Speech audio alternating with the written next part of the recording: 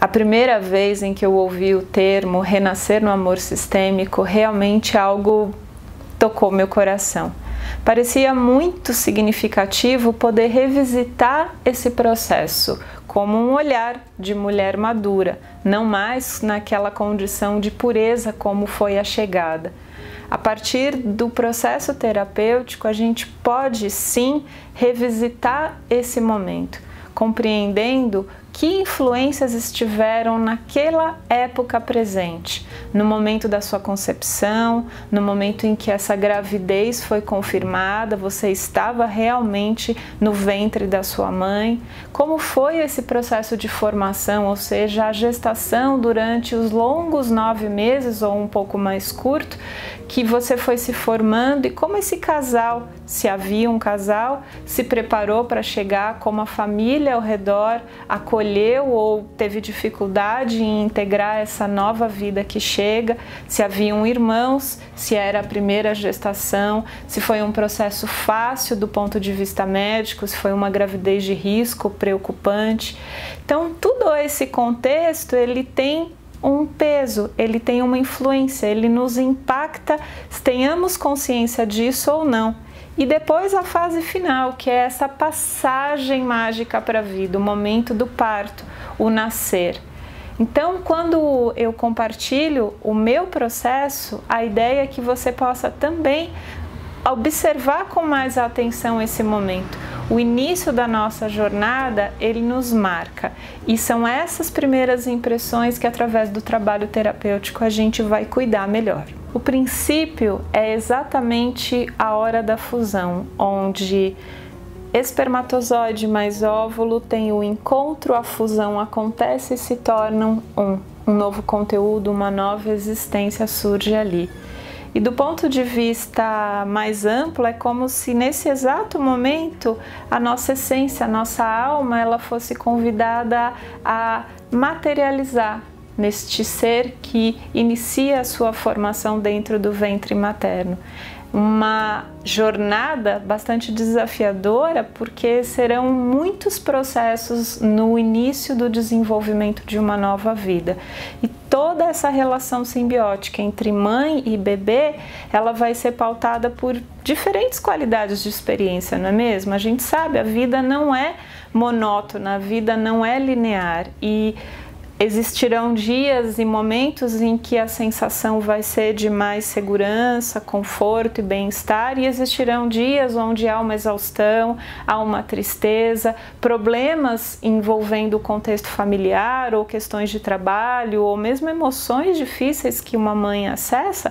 Tudo isso vai afetando diretamente o processo de desenvolvimento que nós vivenciamos ainda como fetos no ventre da mãe.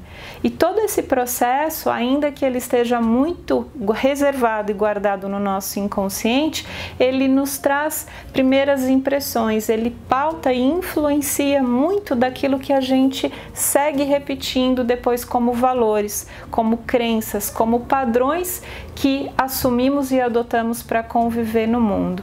E existem estudos científicos muito legais que realmente hoje a gente tem confirmação do quão profunda essa inter-relação mãe e filha, essa relação intrauterina que afeta e diretamente nos marca como personalidade.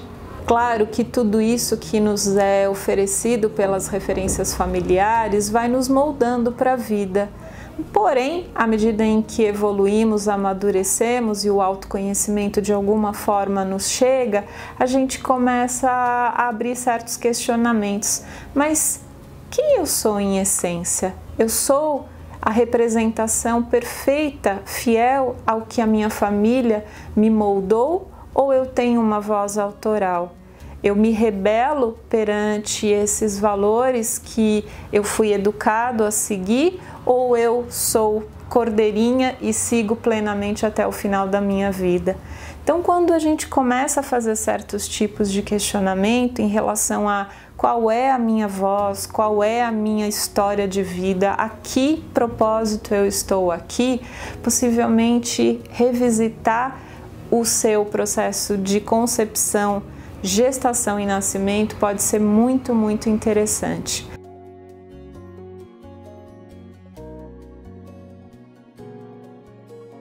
Bem, foi o que aconteceu comigo, por isso eu estou compartilhando isso aqui com vocês. Eu realmente fui buscar qual era a minha sensação de sentir diferente da minha família. Não que eu fosse rejeitada ou tivesse graves problemas de convivência, não foi por aí, mas havia dentro uma sensação de estranhamento. É como se, olhando para as referências recebidas na educação de pai e mãe, eu percebesse que algo pulsava diferente, talvez um viés que ia mais próximo para uma rebeldia, porém não no sentido de rejeição, com muita raiva, mas algo diferente parecia pedir espaço dentro de mim. E foi super bonito perceber isso através do renascimento sistêmico, porque eu pude reconhecer como foi desafiador para minha mãe, por exemplo, viver uma quinta gestação, viver a transformação de novo do momento dela mulher se tornando mãe, depois de já ter parido 4 filhos, de estar numa fase com mais de 40 anos, de ter meu pai envolvido profissionalmente numa profissão que fazia com que ele tivesse que mudar muitas vezes de cidade, ou seja, não era um momento de estabilidade. E nesse momento que a gestação se dá. Então, quando eu pude revisitar tudo isso, me trouxe uma sensação de compreensão melhor do quanto foi desafiador para minha mãe, por exemplo, mostrar para mim um lugar de encantamento e receptividade com essa primeira menina que chegou, como no fundo a minha criança queria, esperava e muitas vezes exigiu dela. Eu pude reconhecer que da parte do meu pai, algo que eu não sentia, houve até muito mais contentamento e receptividade ao perceber a notícia de mais um filho.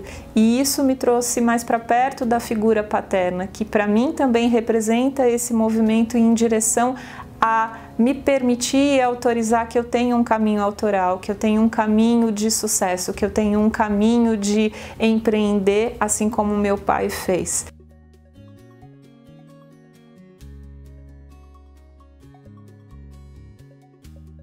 Então o processo ele vai revisitar lugares que podem muitas vezes te fazer despertar e reconhecer potencialidades internas. E para outras pessoas, o renascer no amor sistêmico auxilia a compreender muitos aspectos que são traumáticos, que são aspectos difíceis, onde parece que há uma não permissão para confiar no outro, há um lugar onde realmente existe resistência, defesa para gerar intimidade, para compartilhar algo em que eu dependa do outro. Então parece que eu estou sempre muito retraída e numa sensação de autossuficiência. E em outros casos, o renascimento também pode ser muito útil e interessante para as pessoas que buscam aprofundar um pouco mais essa relação com maternidade, com paternidade, o que me bloqueia ou o que me, faz idealizar tanto esse lugar de ser mãe. Talvez revisitando esse aspecto onde você acessa os conteúdos que foi para mãe e pai a sua própria chegada, você possa ficar mais em paz e de coração leve com o teu próprio lugar, enquanto mãe ou enquanto pai.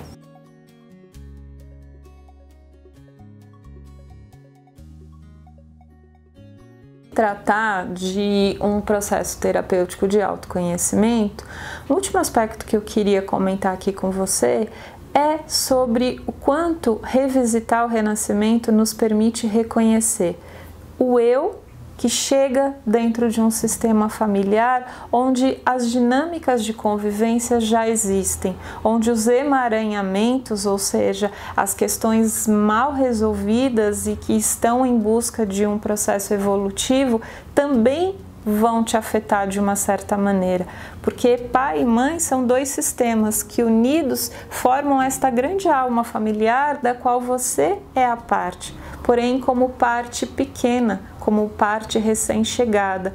Então muitas vezes, de forma inconsciente, a gente acaba tomando problemas dos nossos pais ou assumindo a missão de resolver questões de emaranhamento sistêmico que não são da nossa competência, mas estão acontecendo em nós por sensibilidade, por ressonância, a gente é, vamos dizer assim, atraído.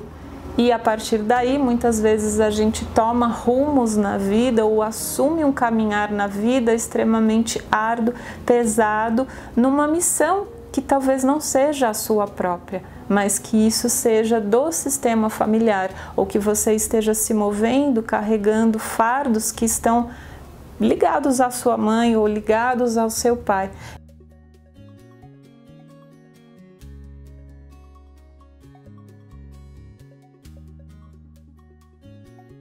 Então, a graça que Bert Hellinger se refere é esse processo de florescimento da alma que começa lá na fase semente, quando pai e mãe se juntam.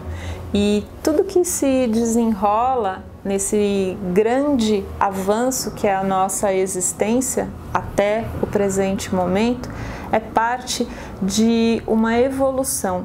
Nós recebemos a força da vida dos pais, tomamos essa energia e gradualmente seguimos a nossa caminhada, reconhecendo aquilo que somos em essência, aquilo que é a autenticidade do nosso ser e reconhecendo também nesta primeira infância aquilo que nos moldou, que são esses nossos papéis existenciais que nos dão o sentido de pertencimento.